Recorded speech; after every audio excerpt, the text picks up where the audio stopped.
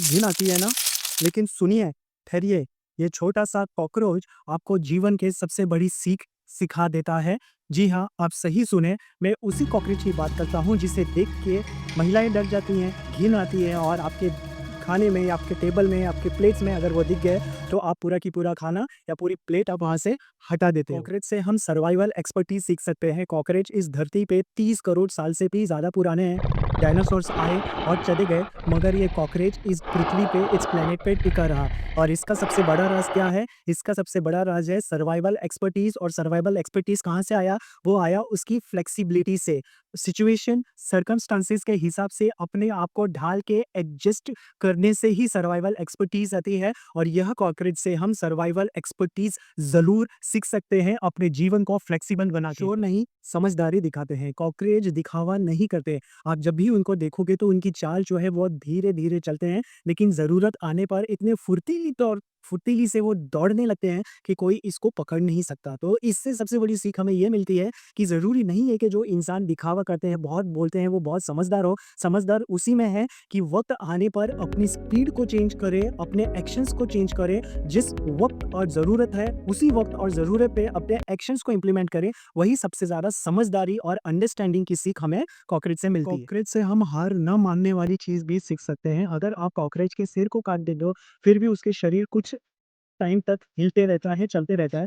Cockroach को अगर 1 महीने तक भी खाना ना मिले, तो भी वह सर्वाइव कर सकता है। यही सीख हमें सिखाती है कि कॉकरोच से हम हार न माने, भले ही सिचुएशन परिस्थिति हमारे हिसाब से हो या ना हो, हार बिल्कुल नहीं मानना है। एक तंदुरुस्त इच्छा शक्ति अपने अंदर निर्माण करनी है। परिस्थिति आपके खिलाफ होंगे, प्रॉब्लम्स आपको तोड़ के रख देंगे। उस परिस्थिति में भी कॉकरोच के जैसे ज़िद दिखाना और उस सिचुएशन को लड़ के बाहर आने की सबसे तूफ़ानी आइडिया हमें ये कॉकरोच ही देता है। इसको हम कितना भी मारे, भगाएँ, चिल्लाएँ, कुछ भी करे, कॉकरोच अपना काम करना बिल्कुल नहीं छोड़ता। इसी प्रकार से हमें भी कॉकरोच की जो ये इग्नोरेंस वाली क्वालिटी है, उसको अपनाना चाहिए। हम जिस दुनिया में रहते हैं, बहुत सारे लोग हैं आपको बोलेंगे, आपको नीचा दिखाएँगे, चिल्लाएँगे, गिराएँगे, हटाएँगे, मारेंगे, पीटेंगे। इन सब चुनौतियों के बावजूद आपको अपना काम करते ही रहना है। इग्नोरेंस रहा है इन लोगों के प्रति, और जब आपके अंदर इग्नोरेंस वाली क्वालिटी आ जाती है,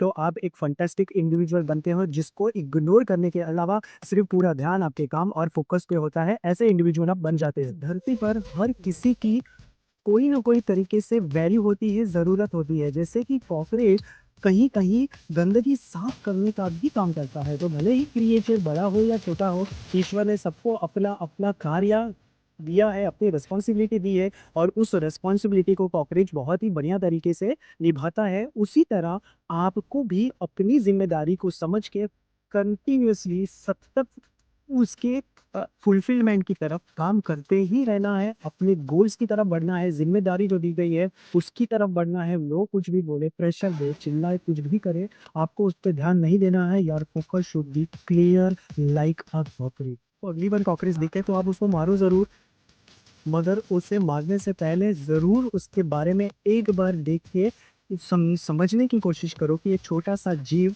हमें जीवन में लचीलापन, ज़िद और अपनी लड़ने की जज़्बे के साथ इस प्लैनेट पे 30 करोड़ साल से टिका हुआ है। तो वही क्वालिटी हमें अपने अंदर लानी है और अपने लक्ष्य को पूरा करना है।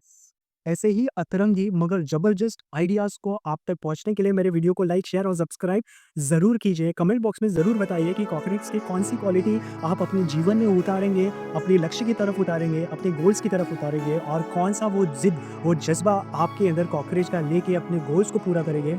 ज़रूर कमेंट बॉक्स में आप। For watching guys, this is Anil Rajguru, Smerger Dynamics Vision. जय हिंद, जय भारत।